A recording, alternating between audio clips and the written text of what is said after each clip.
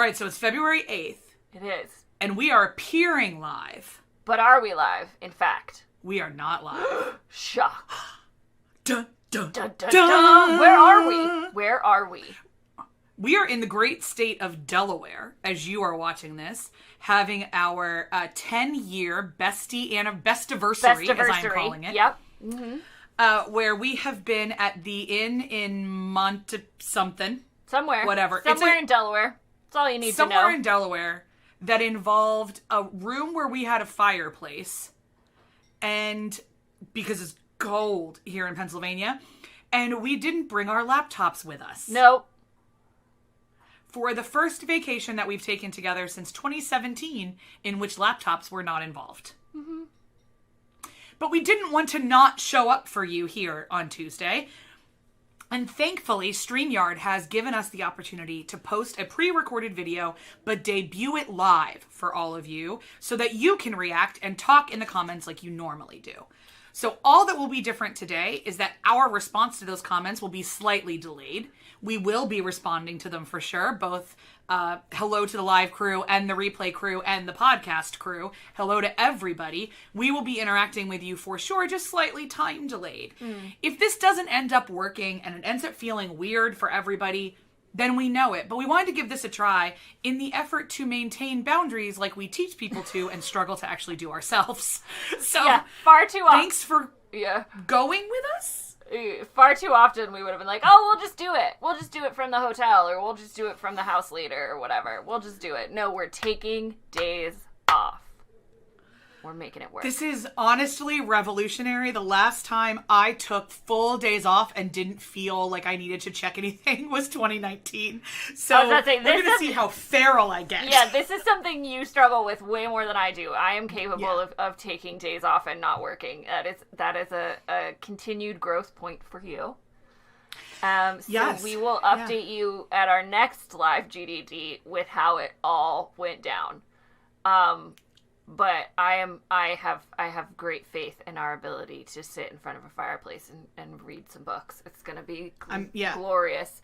What is not going to be glorious is our discussion today for the Good Doctor's Diagnose. We previewed this last week when we had our dear friend Dr. Nadine Thornhill to talk about Encanto.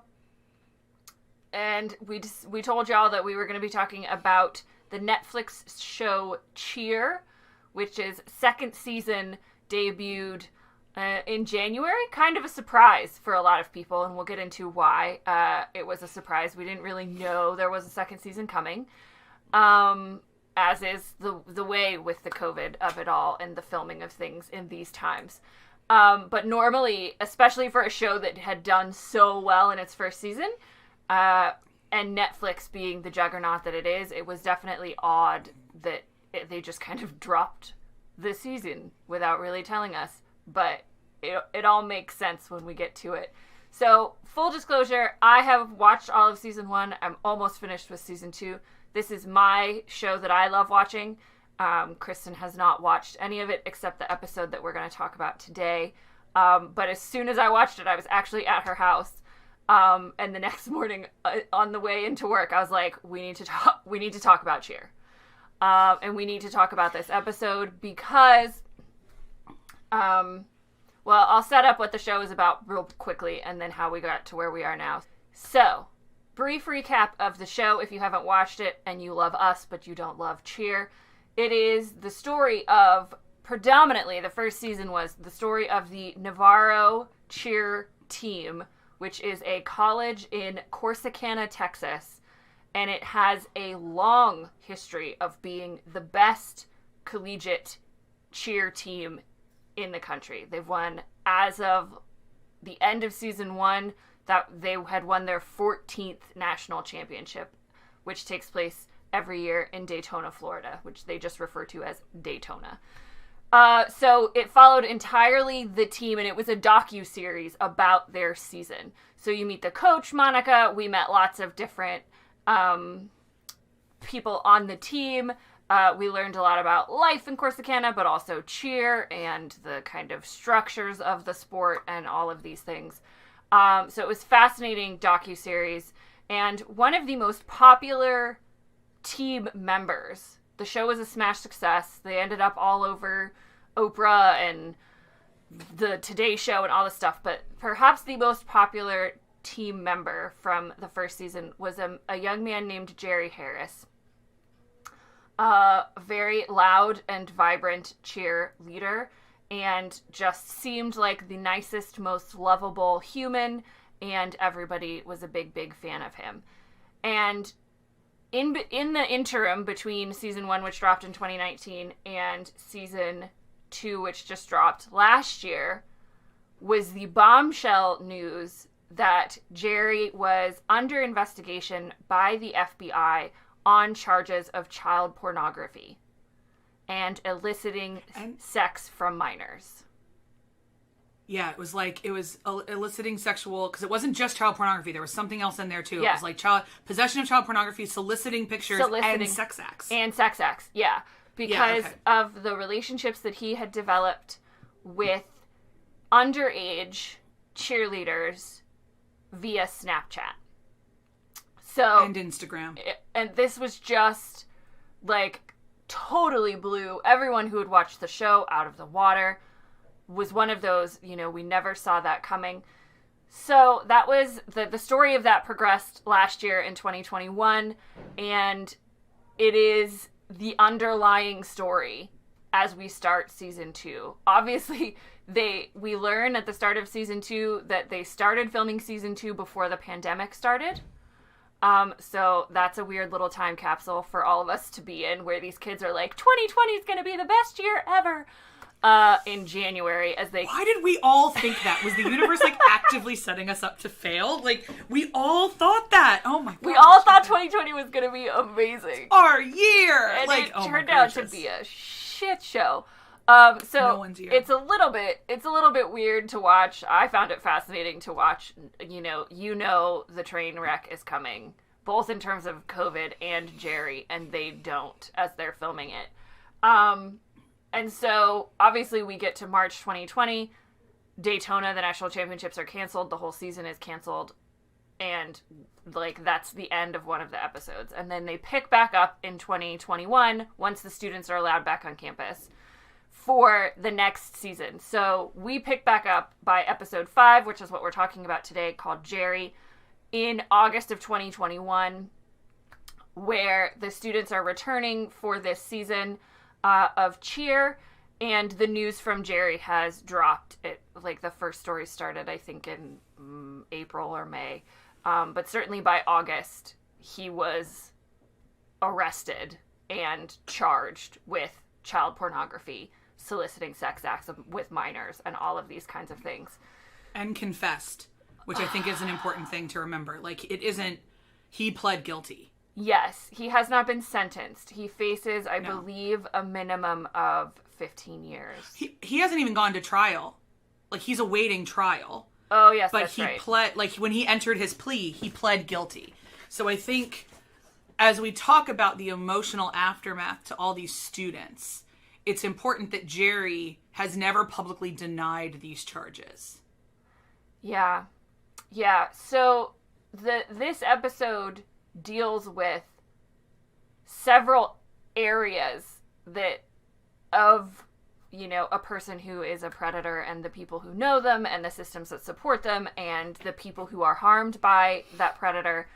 And this episode in 60 Minutes dealt with a lot of those themes, and so I knew it was going to be a really rich conversation for Kristen and I to have. So we get the story of how this story unfolded. We meet the two young boys. They're twin boys named Charlie and Sam.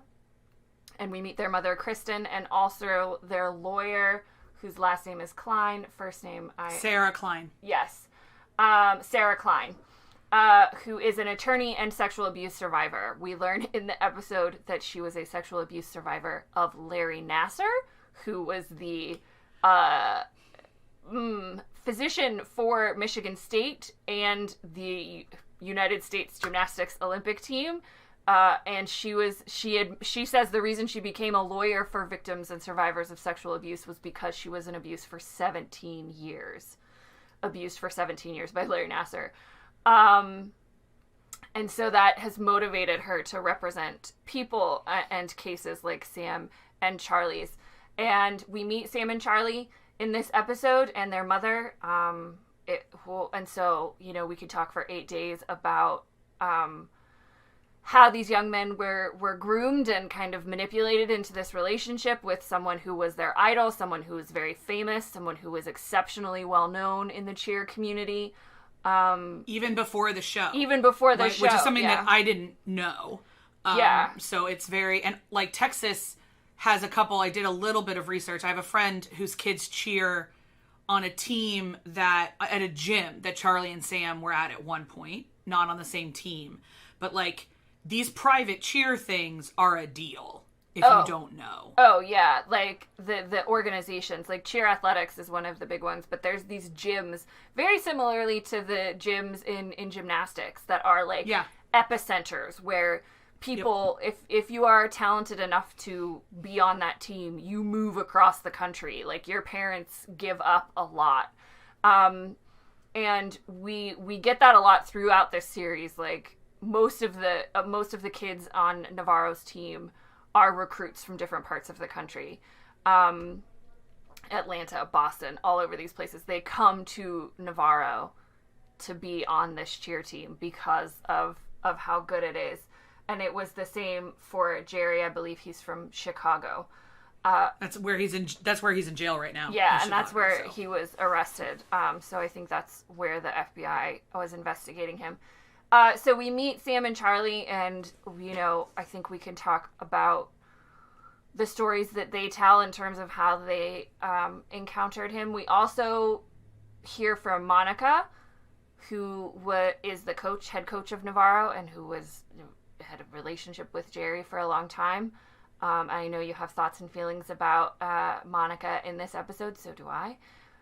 We also hear from the members of the Navarro cheer team and like who are close personal friends of Jerry, and they talk about how they have intersected with this trauma and finding out what this was. And for me, like, all the parts of this episode were powerful, but I'm so glad they showed us that too.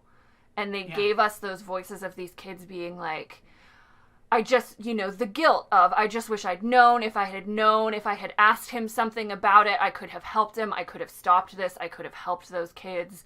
To, he's my friend and I still love him. And how do I reconcile the person that I love who was always there for me? What kind of person am I if I just abandon him now?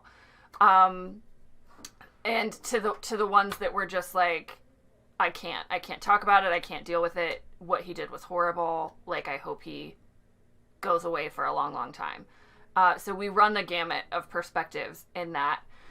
So that is the guts of this episode, is dealing with the ramifications of the specific case of Jerry. It is dealing with the ramifications of Jerry's case to the Navarro cheer team, but then it also ends up being a little bit about the culture of institutional abuse within national cheerleading. And we have two reporters for USA Today who did a lot of reporting on Larry Nassar, who we meet in this episode as well, that started investigating how the institutions, how the national cheer bodies did or did not deal with this specific case and other cases of reports of abuse. And spoiler alert, it's not great. We hear from Kristen, who's Sam and Charlie's mom, that she reported him twice, filed a complaint twice for inappropriate behavior that violates the code of conduct for these national cheer organizations. She called his gym, Jerry's gym, where he was training before he, like, in conjunction with Navarro, before Navarro, whatever, and speaks directly to the owner and the head coach at the gym, who dismisses her and tells her that that's not possible. Jerry's not that person. So these two reporters provide the context for us for what it looks like in ways that are similar to gymnastics on a national level and a little bit different. So I don't know how they managed to cram all of this into 1 hour episode of television, but they did. Dr. Kristen, what would you like to start with? Let's start with Monica because I think she's the contained story that we can kind of just very quickly get rid of in a way. Okay. Yeah, I agree. And then move on. So I'm a human in the world. I knew that everybody loved Cheer. Like, Erin is not my only friend that watched it. I have friends that did internships in Corsicana, and so they watched the show, and talked about like, oh, I recognize that building or things like that. And it isn't ever that I didn't want to watch it. I just didn't get around to it. And then I'll be really honest. Once Jerry Harris was arrested, I didn't want to spend a season of my life with him. I couldn't go back and watch season 1 now. No. So it was like, okay, well, I'm not going to do this now. I might start from this episode and keep going. That's entirely possible. Except that I now officially cannot stand Monica. So, all my interaction with her is this 60 minutes. Right. That's all I have. And in my perspective, there are a myriad of fundamental leadership failures that happen within this episode. And that proved to me that generational trauma isn't just familial in a specific way. So Monica, I believe, wants to be famous, which is fine because she signed her folks up for this show, which is great, cool. She's going to get a paycheck. But then she decided to go on Dancing with the Stars during an active Cheer season. Like, what? And like, that's the thing that just got me so much. And I remember one of our best friends, Brittany Breslin, who lives in Belfast, watches the show. And so her and I talk about it all the time. And I texted her at what was like 2 a.m. in Belfast, like when I was watching this. And I was like, she went on Dancing with the Stars? Because the context that Dr. Kristen doesn't have is that in the whole first season, Monica is the Coach Taylor of Navarro Cheer, like Friday Night Lights. Like she has students live with her when they can't afford to live on their own. Like, she adopts these kids. She's a motherly figure. The first season, we get no problematic conversations about Monica. Is she a tough coach? Sure. Is she not always like nice and cuddly? Yes, like her coaching style. But personally, like, these kids adore her. And it was so incongruous for me to have gotten that version of her, to know that their season was canceled because of COVID. They were so many of them were traumatized by preparing for a national tournament, and 2 weeks from it, what was to be the pinnacle of their athletic career, it's just gone. They go through a whole year, like, of the COVID, and then they come back. They're, yay, we're back. It's amazing. We've recruited new people, all these things. And then at the first meeting for that season, she's like, so I won't be here, because I'm going to be on Dancing with the Stars. And, like, watching her in this episode or maybe it wasn't this episode, but watching her when she announced it, and she was just like, well, these kids know how much I love Dancing with the Stars. It was this episode, yeah. And I remember saying, so you keep using the word kid, and so therefore do you fundamentally understand that you are in a position of mentorship, power, and respect, and you just pissed on that to go on a show that doesn't matter. Well, it's always been my dream to go on Dancing with the Stars. Cool. I respect that. They know how much I love this show. Okay, do you know how traumatized they are right now? Do you have any idea? And also I was thinking, I was like, I don't know if you're aware of this, but Dancing with the Stars will outlive the cockroaches. Like, that thing is going nowhere. Yeah. So take a minute, train up assistant coaches that can actually step in. Oh, yeah, because that was a whole other... Have some time to tell your kids...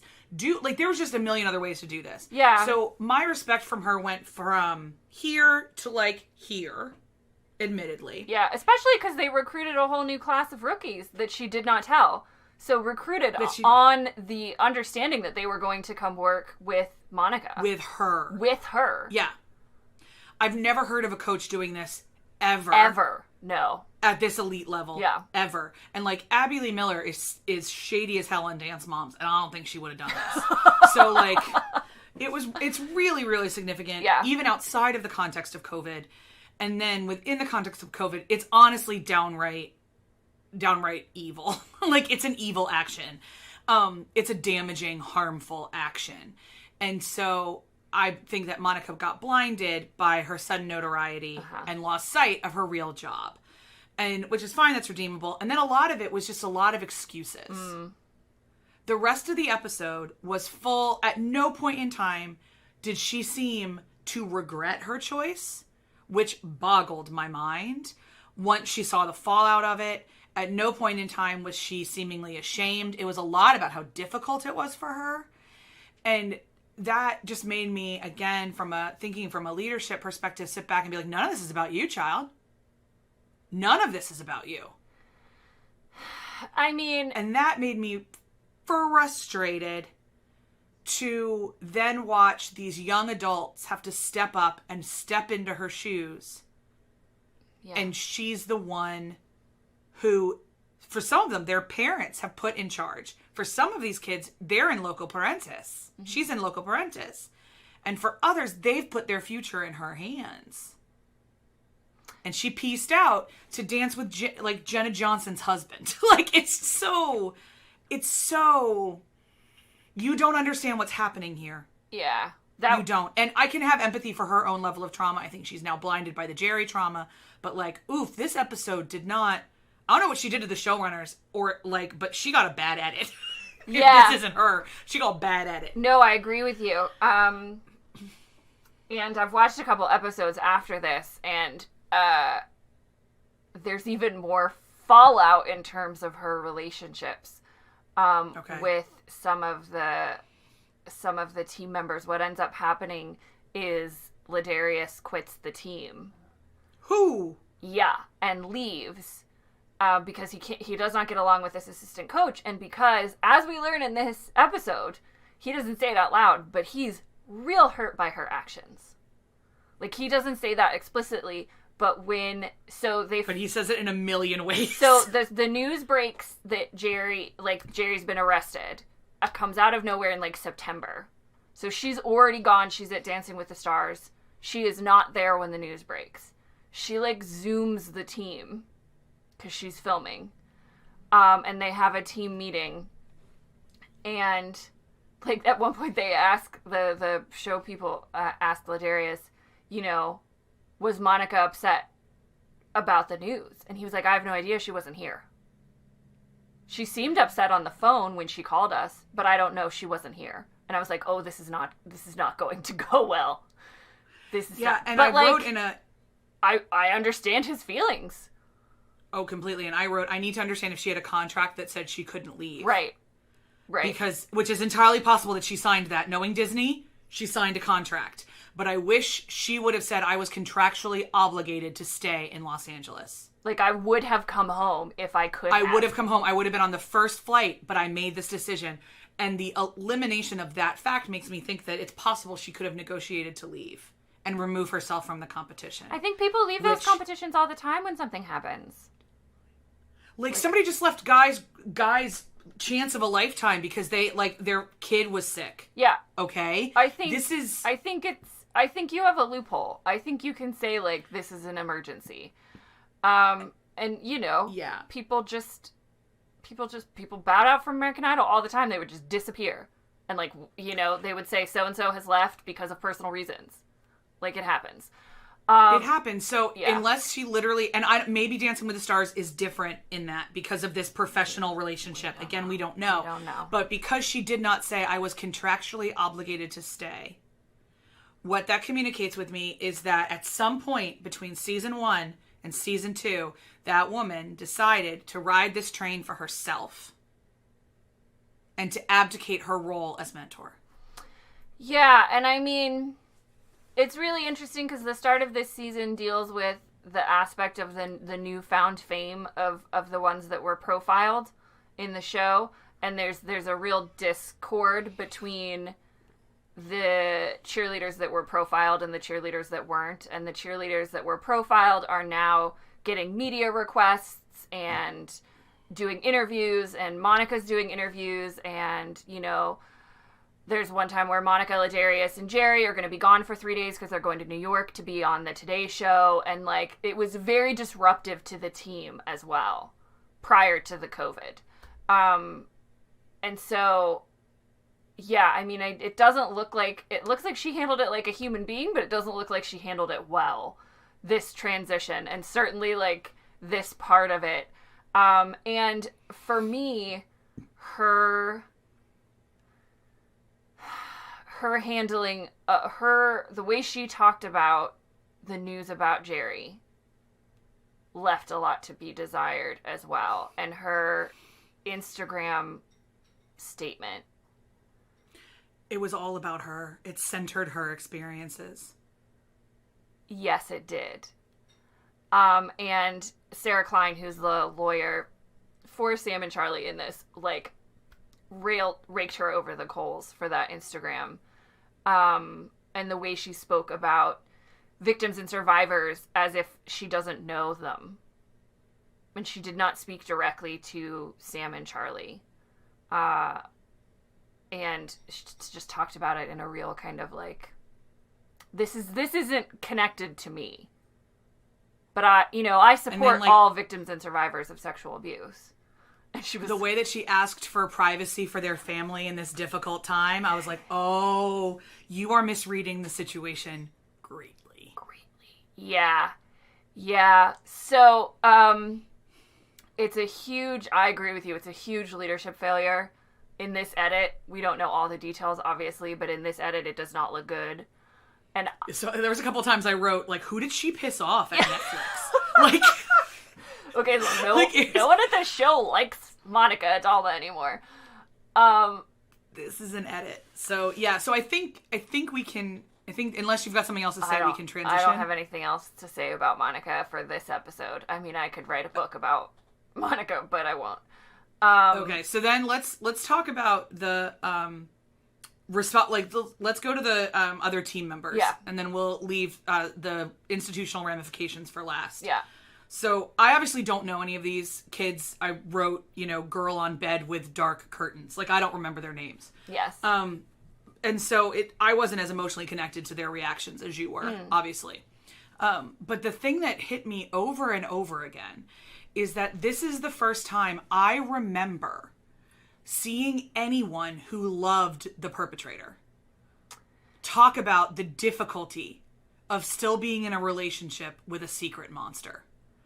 And it was such a gift that these kids gave us. Yeah, it was so brave. Yeah. Of what to do with those emotions and say, like, okay, the whole world's telling me to hate him. I can't. Can't I hate his action and still love him? What do I do with this? How do I wrestle? And that question, I think, how do I hate someone I love so much? Yeah. Because of something he did to somebody else. Like this. Like, immediately. On a dime. Yeah. And there are people that can do that. And there are people whose personality is... Honestly, my father is one of those people. The minute you hurt my dad, that's it. You are dead to him. The minute you hurt somebody he loves, that's it. We're done. So my dad would have no trouble dropping Jerry like a hot potato. Mm. I would have an incredibly difficult time walking away from him if he had been in my life in that way, in the way that he was for all these other people. Yeah, it would have been very difficult. Yeah, and I agree with you. I think it is such a gift that they gave us those perspectives because we talk about all the time, and one of the reasons why we love to talk about stories that are as complicated as this is because nothing is black and white. God, nothing. And, not only, and the culture of a team sport like this, especially where, people move, they leave their families, I don't know what that term is. You, live with other families. In hockey, we call it billeting. But, so you live with other people's families so you can be close to the gym or close to the coach or whatever. And you form a bond with these people. And it is such a found family. And we get that throughout the whole season of Cheer. We get that in this episode specifically from Sam and Charlie, the two victims, specifically named victims of Jerry in this, where they talk about that it was the one place where they felt seen and heard and loved for who they were, and how hard it was for them to be rejected by some people because they had accused Jerry Harris of what they had accused him of. And so these kids have this bond, man. They go through hell. They, and especially in these elite programs. And so to have gone through all of that with someone for years, when their brains aren't fully cooked either. Like maybe in 10 years when they're 31, they'll be like, oh, that was horrible what he did, and I don't think I can have a relationship with him anymore. Maybe. But they're still kids, but even too. when their brains aren't fully cooked, it's also been a minute, y'all. It's been a minute. Yeah. And we get such a range, I said this at the beginning, but we get such a range from the 4 or 5 people that they spoke to, team members that they spoke to, of reactions to the news and how they felt about it. And how it impacted their mental health and their physical health and their ability to focus on cheer and all of this kind of stuff in a way that showed the ripple effects of that trauma that we don't always talk about when we talk about times of abuse and perpetrators. We talk about the perpetrators, we talk about the people who were abused by the perpetrator. Sometimes we talk about the families. But, the extended network of folks, this was traumatic for all of those folks on lots of different levels. Yep. So I really appreciated that, and I think we can now get into a little bit. I want to talk about a little bit the Sam and Charlie of it all, and then we can talk about the institution. Another beautiful thing was these boys sharing their story. And... they say that they go through this whole why they didn't talk about it. They're twin boys, so they probably share a room in their house. They eventually tell each other that they've both been abused and pursued by Jerry through Snapchat and at physical times when they were at cheer meets or events together. And their mom finds out, God love her, because she just randomly checks their phones. Because she has 2 teenage boys, and finds a Snapchat from Jerry and starts to uncover this. But it takes the boys a while to decide to come forward, and that's another really huge theme of this episode, is the cost to victims and survivors for coming forward. Yep. And how bloody hard it is to do it and to be believed, to do it and to be heard, to do it and to be taken seriously, or to do it and to not be culturally eviscerated for, saying you were abused by Bill Cosby or saying you were abused by Jerry Harris. Within the culture of gymnastics, Jerry Harris was a cultural icon, a beloved cultural icon. And it's no small thing. And for them to eventually agree to go public, and they said the moment they decided to do it was when President Biden was giving Jerry an award, I think, or wanted to give him an award, or wanted to meet him. And they were just like, no, the world has to know who he is and what he did. And the trauma that is ongoing for them, I think we get in this episode as well, in terms of the fractured relationships they now have with some of their found family in cheer, and yet the absolute bravery of those 2 boys. The whole episode, I just wanted to hug them every time they were on screen. Yeah, I was really taken with their mom a lot, of how, I don't know, obviously she's talked about it a lot, so she can be really level-headed about it and seem really calm. But I think in a way, this is the exact poster child for how you parent in these times. You randomly check the phones. You have conversations with them. You believe them immediately. And then do the due diligence to back up or, disprove or whatever. I was just really taken aback where if a friend of mine had come and said, I saw this text message on my kid's screen, what should I do? Yeah. Exactly what she did is what I would have told her. And so that really took me aback. Sam and Charlie broke my heart, and yet at the same time, I saw Rachel Den Hollander and Andrea Kornstad, and whose name I just butchered, but the first woman who publicly accused Bill Cosby.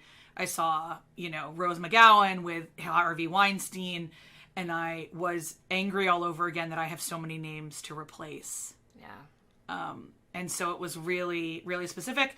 I want to say, too, that I was reminded deeply of James Charles and the dynamic of slightly older men. Mm-hmm.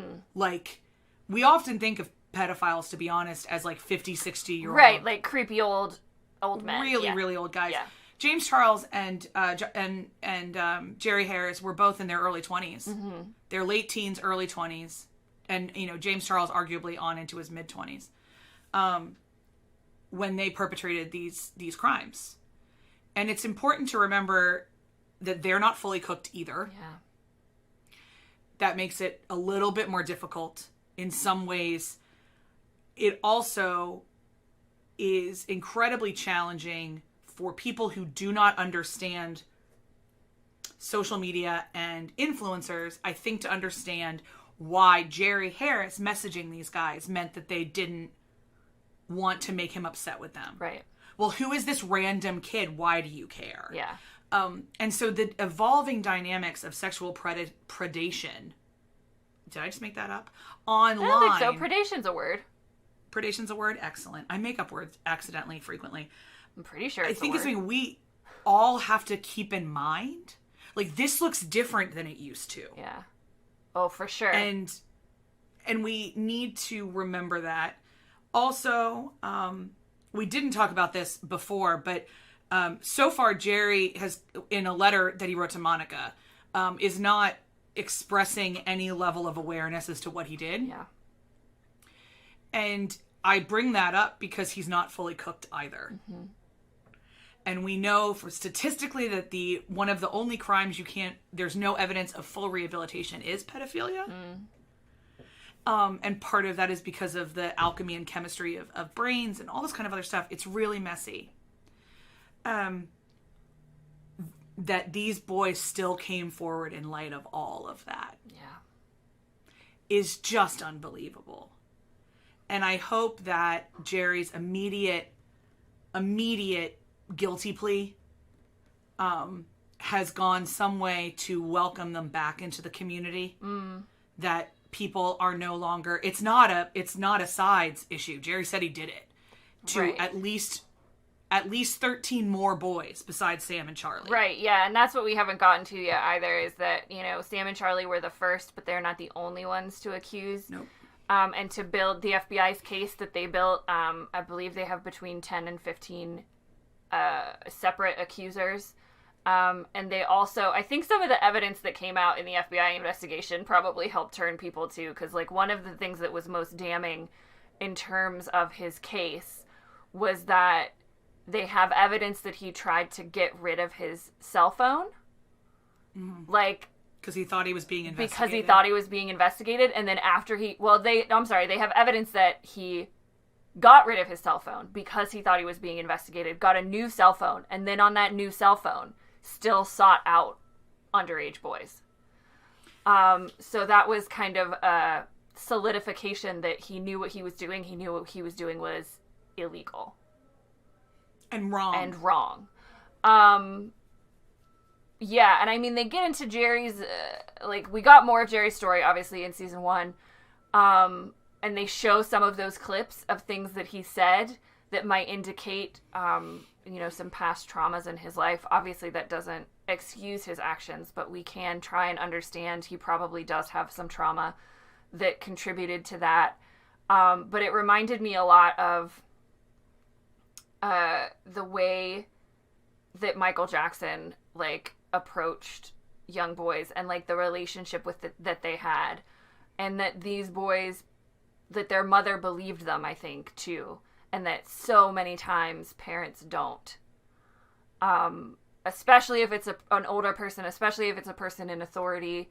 And that kids don't even a lot of times know that it's abuse when it starts so young. But these boys were old enough to know that it wasn't okay. and that, that Kristen believed them. Their mother's name is Kristen. I also believe them. Yes, Kristen also believes them, but their mother believed them. But yeah, I mean, I think we often see it as like the old man and the young boys, but we get instances when it's not, like this with Jerry. And I think the final thing to hit on here is the institutional side of this and the response from the national cheer organizations. USAF, I don't remember what it stands for, but it's Athletics Federation or something. And U.S. All-Star Foundation. All-Star Foundation, that's right, because I knew it didn't have cheer in it, in the acronym. And then Cheer Athletics is the other, like, governing board organization. That Sam and Charlie's mom did file official complaints with both USAF and Cheer Athletics about Jerry's behavior. And the investigation that we get from the two journalists at USA Today, what they uncover is that, shocking no one, they have a little problem with covering up institutional abuse in cheer athletics. Can I tell you my favorite phrase? Please. There are gaps in the child protection policy. Uh-huh. Yeah, gaps. That's what we're told. Gaps. I was like, okay. So there's gaps the size of children. Good to know. And it's not in your policy, it's in your enforcement of the policy. It's in the practice. Yeah, it's built into the practice. Because what these intrepid journalists uncover is that there are 180 instances, at least, documented instances, where coaches or other cheer team members were, shuffled around, were moved, where there was a cover-up with these accusations. I think the thing that I screamed at you in the Slack that I learned afterwards, when I was just finding some articles to go in the show notes for this, was that of those 180 instances, 140 of them, the people have been accused or convicted of sex offenses. And it was the convicted that got me, because the next sentence in the article was that there are convicted sex offenders who are still employed and listed as employable within National Cheer. And that's when I was like, you're done. You're done. You can't move into my neighborhood if you're a registered as a convicted sex offender and I don't have a child. Yeah. These people are on sex offender registries. Like, the mind boggles. So it's not just a it was a complicated situation, it's a he said, she said, it's a we're not sure, we're investigating. No. Convictions. And these people were not removed from the employment registry of these organizations. It's like the Boy Scouts. Yeah. So you're saying this convicted sex offender, it's still cool for them to work with children. I mean, like, in USA Gymnastics defense, as soon as Larry Nassar was convicted, he was off the employment rolls. Like, in their quasi-defense. Now, he's in prison forever, but still. Yeah. I can't actually wrap my mind around. I got a sick feeling in my stomach. The number of friends I have whose children are in cheer. Oh, yeah. And I just want to call them up and be like, get them out right now. Like, I need you to ask for the police record of every single staff member at your gym, and I need you to do it right now. Yeah, and I mean, the tricky part is, and they get into this in this episode as well, it's not just faculty and staff, because the age cohort on gymnastics teams, or cheer teams, on professional cheer teams, is a lot wider. You can they showed that clip from America's Got Talent. Yeah, where there was blew me away. A 13-year-old and a 30-year-old on the same team. And I don't know this. If anybody out there watching knows cheer and how it works, I just know I've been confused from parts of the show Cheer where they go to Navarro College, they attend Navarro College, but I don't ever hear about graduation or degree progress, and I don't know if you can go for 4 or 5 years because it's a community college. it's not as strict as you're a freshman, sophomore, junior, senior, done.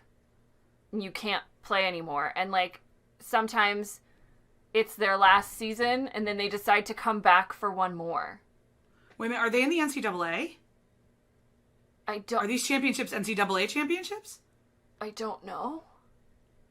I feel like you would know if they were. Yeah. So they have to be doing something else besides the NCAA because NCAA has eligibility rules. Right. I don't think they do. Hold on.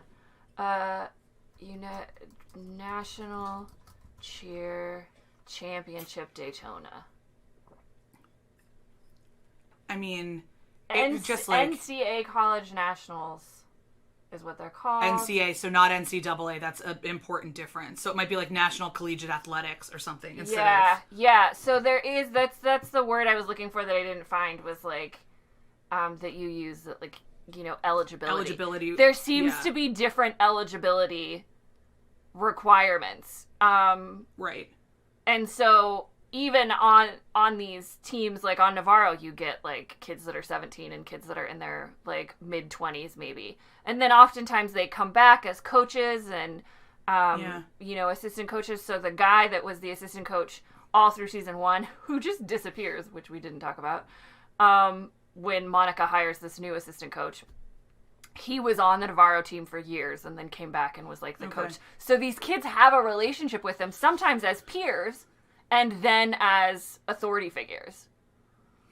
And no one is fully cooked. And no one's brains. None of them are fully cooked. Amazing. Yeah. Bless their hearts. So we have a significant problem in a sport that is dominantly female, or at least dominantly coded female, and that is mocked and made fun of by most of the planet. Note my shock that we have a sexual abuse problem in it. Note my shock. So shocked. Note my shock that, as we, you know, one of our catchphrases here is the institution always protects itself. Note my shock that USAF and cheer athletics bury these accusations, move people around. God knows what else they do, but they don't believe these children. In the past, they have not believed these children, and they have not supported them. And then, if we think about let's start that phrase over again, Kristen.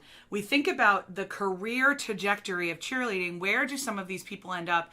And that is in the NFL cheerleading machine, which is actually what Aaron and I are going to be talking about this coming Friday, as you watch this video, on February the 11th, on the weekend of the Super Bowl.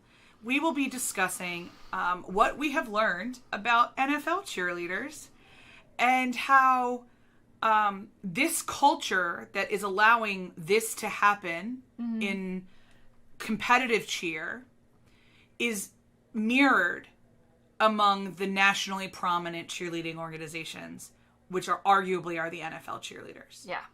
So we want to be able to draw that line. We didn't think we could do both things in one show, which obviously we're sitting at almost an hour right now, and this was about an hour-long show. So we didn't want to do that. But I do want to make the case that it's all throughout the hierarchies of this sport. Yeah, and there's symptoms of the same origin, of the same like there might be different symptoms, but they come from the same disease. Yes. Institutionally. And, you know, we'll get into this in our hottish take more about kind of the development of the perception of cheerleading in the United States and its clear differentiation from athletics, even though that's BS because you watch 2 seconds of cheer and you see how athletic these people are. But we culturally differentiated between, like, sports that people play and the cheerleaders that cheer for them in a way that has created this hierarchy. I mean, we don't always deal well with abuse in sports, obviously. We're here talking to you about yet another instance. But there's the hierarchicalization of the difference between sports and cheerleading is a big, big part of this soup as well. So we're going to essentially draw this conversation to a pause. And we're going to pick it back up in our hottish take on the NFL cheerleading. We thought it was very important to have this conversation the week of the Super Bowl. We also want to say that just like the World Cup, the weekend of the Super Bowl, any large sporting event is one of the highest times for domestic violence wherever the sport is being celebrated.